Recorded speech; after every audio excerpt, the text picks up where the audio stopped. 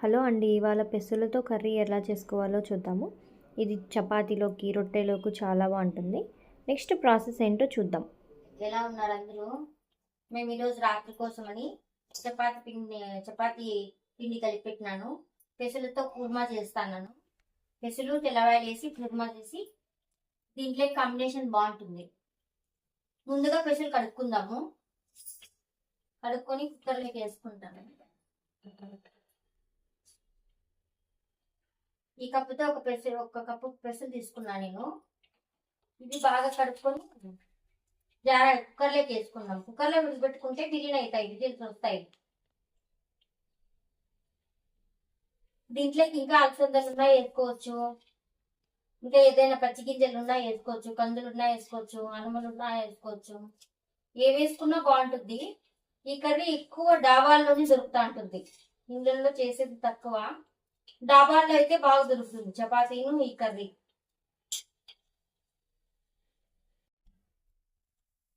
ఇందులోకి తెల్లవాయలు వేసుకోవాలా. తెల్లవాయలు ఇట్లనే దంచుకోకుండా ఇట్లే ఉడకబెట్టుకొని వేసేయాలి మనము. బాగుంటుంది. నీళ్ళు వేసుకున్నాము. ఇంత మాత్రం వాటర్ వేసుకొని తెల్లవాయలు వేసుకొని మూత పెట్టేసుకున్నాం. కుక్కర్ మూత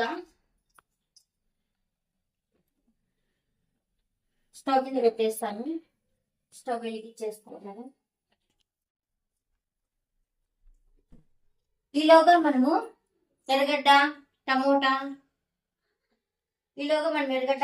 పచ్చిమిర్చి కట్ చేసుకుందాము. 2 ఎర్రగడ్డలు తీసుకున్నాను. 2 ఎర్రగడ్డలు తరుక్కుందాము. 2 టమోటా, తగినన్ని పచ్చిమిర్చి ఇవన్నీ కట్ చేసుకొని మనం తిరువాత వేసుకొని తిరువాతలో ఇవన్నీ మగ్గనిచ్చుకోవాలా. ఒక 5-6 విజిల్లు పెడతాను. పెసలకి 5-6 విజిల్లు పెడతాను. మనం పెసలు పెట్టుకున్నాం కదమ్మా, పెసలు ఇట్లా ఉడికిపోయినాయి. తెల్లవాయలు పెసలు కరెక్ట్ గా ఉడికిపోయినాయి. నేను 6 విజిల్లు పెట్టినాను.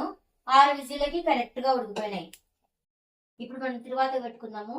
ఎర్రగడ్డ, పొట్టిమిరపకాయ, కరివేపాకు, టమోటా, పచ్చిమిర్చి, గరం మసాలా, తగినంత ఉప్పు వేసుకుందాం. వేసుకొని తిరువాత పెడదాం. ఇప్పుడు తాలింపు వేసేకి స్టవ్ వెలిగించుకున్నాము. స్టవ్ వెలిగించుకొని ఆయిల్ వేసుకుందాము.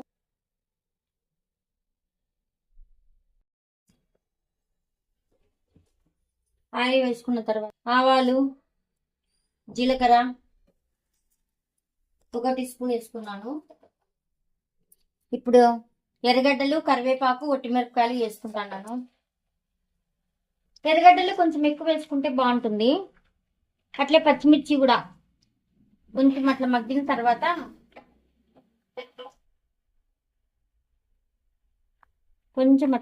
తర్వాత పచ్చిమిర్చి, ఉప్పు వేసుకుంటున్నాను.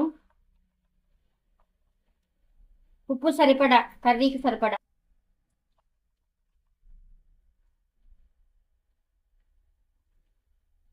కొంచెం పసుపు కూడా వేసుకున్నాము. ఇప్పుడు అన్నీ ఒకసారి కలిగేసుకున్నాము.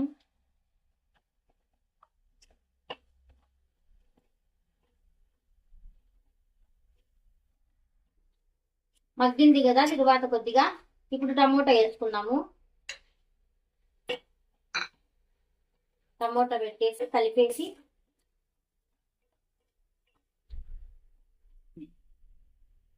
ఇప్పుడు కొంతసేపు మగ్గే వరకు మూసి పెట్టుకుందాం. ప్లేటు మగ్గింది కొద్దిగా. ఇప్పుడు మనము 1 టీ స్పూన్ అంతా గరం మసాలా వేసుకో. 1 టీ స్పూన్, 1.5 టీ స్పూన్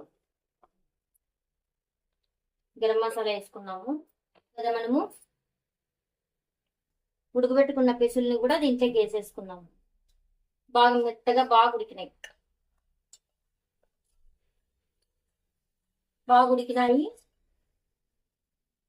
ఇప్పుడు వేసుకున్నాం కదా. దీంట్లోనే కొంచెం వాటర్ వేసి కొంచెం గుజ్జు ఉండేలాగా చేసుకున్నాం. ఇప్పుడు ఫ్రై లాగా ఉంది కదా, ఇది కొంచెం అట్లా వాటర్ వేసుకుని గుజ్జు ఉండేలాగా చేసుకుందాం. చాలు, వాటర్ ఎక్కువ ఏం అవసరం లేదు. ఇప్పుడు కొంచెం స్టవ్ ఎక్కించుకొని బాగా ఉడికించుకున్నాము. ఒక 5 నిమిషాలు ఉడికిన తర్వాత దింపేసుకుందాం. ఒక 5 నిమిషాలు ఉడికిద్దాం.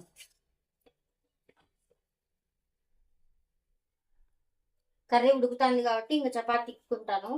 చపాతీ తిక్కే లోపల కర్రీ రెడీ అయిపోతుంది. వేడి వేడి చపాతీ కర్రీ తింటే చాలా బాగుంటుంది.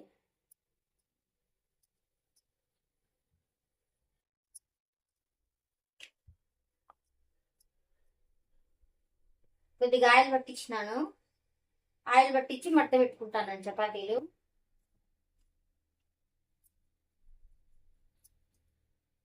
స్టవ్ ఎక్కిస్తాను. స్టవ్ సిమ్ లో పెట్టండి.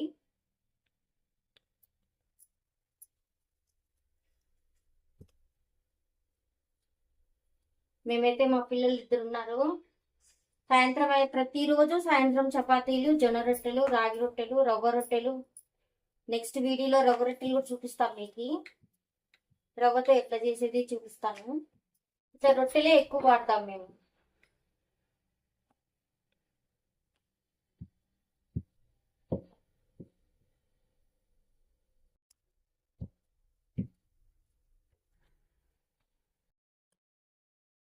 కరెక్ట్ గా అయిపోయింది కర్రీ. ఒకసారి చూడండి, ఇట్లా చూడిద్దాం. కరెక్ట్ గా అయిపోయింది. పిసులు బాగా ఉడికేసినాయి. దగ్గర పడింది కూర కూడా. బాగా ఇట్లా దగ్గర పడల్లా. నీళ్ళు నీళ్ళు ఉండకూడదు, దగ్గర పడల్లా. కొంచెం నీళ్ళు వేసుకోవాలి అంతే మనం. ఇది ఇట్లా చపాతీకి అద్దుకోవడానికి సరిపడా. స్టవ్ ఆఫ్ చేస్తాను ఇంకా.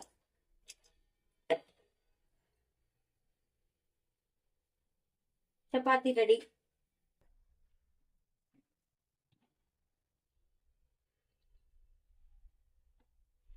ఆయిల్ లేకుండా కూడా చపాతీ చేసుకోవచ్చు.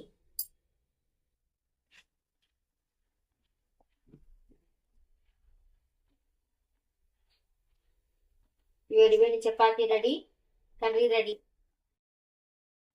తినడానికి మీరు రెడీనా? చపాతీ పెట్టుకున్నాను, కర్రీ వేసుకుంటాను. చూడండి ఇద్దాం ఎంత నీట్గా ఎంత బాగా వచ్చిందో. కరెక్ట్ గా వచ్చింది. రండి తిందాం. కర్రీకు చపాతీ రెడీ అయింది కదా, టేస్ట్ చేద్దాం. పెసిలి కూర చూడండి ఎట్లయిపోయిందో. బాగా నీట్గా కరెక్ట్ గా అయ్యింది.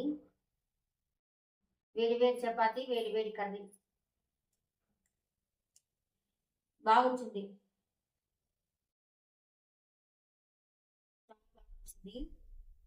మీరు కూడా ట్రై చేసి చేసుకొని తిని మా ఛానల్ని సబ్స్క్రైబ్ చేయండి.